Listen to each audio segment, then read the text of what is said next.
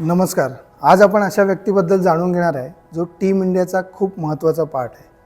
आपण मॅचमध्ये संजू सॅमसन, सूर्यकुमार यादव, अभिषेक शर्मा या सगळ्यांना चौकार षटकारांचा पाऊस पडताना पाहतो. पण या सगळ्यांची तयारी करून कोण घेतं? तर रघुवेंद्र. मूळचा कर्नाटकचा रघुवेंद्र क्रिकेटपटू बनण्याचं स्वप्न घेऊन मुंबईत आला. त्यांनी प्रयत्नही खूप केले, पण आर्थिक परिस्थितीमुळे त्याला हे जमलं नाही. तो मुंबईच्या विविध क्लबमध्ये जे मिळेल ते काम करत राहिला.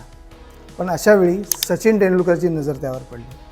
तो नेट्समध्ये ज्या स्पीडने बॉल फेकायचा तेच सचिनला हवं होतं. कारण टीम इंडियाचे प्लेयर्स, खास करून बॅट्समन, फॉरेन कंट्रीमध्ये ऑस्ट्रेलिया, न्यूझीलंड, दक्षिण आफ्रिका इथे ढेपाळतात. अक्षरशः बाउन्सरसमोर ते शरणागती पत्करतात. तर रघुवेंद्र काय करतो? नेट्समध्ये जवळपास 200 ते 300 चेंडू 150 ते 160च्या स्पीडने आपल्या बॅट्समनला फेकतो. त्यांची तयारी करून घेतो.